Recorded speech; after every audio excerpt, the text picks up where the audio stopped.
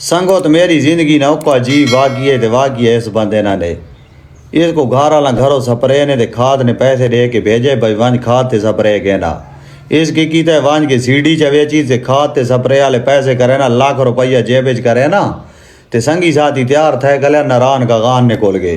ते घर वाला पिछो वंज के जा थाने पर्चा करवाए भाई सादा पुत्तर अगवा थी गए ते कोलो लाख रुपये या तारा चना जिया गबरू पुत्तर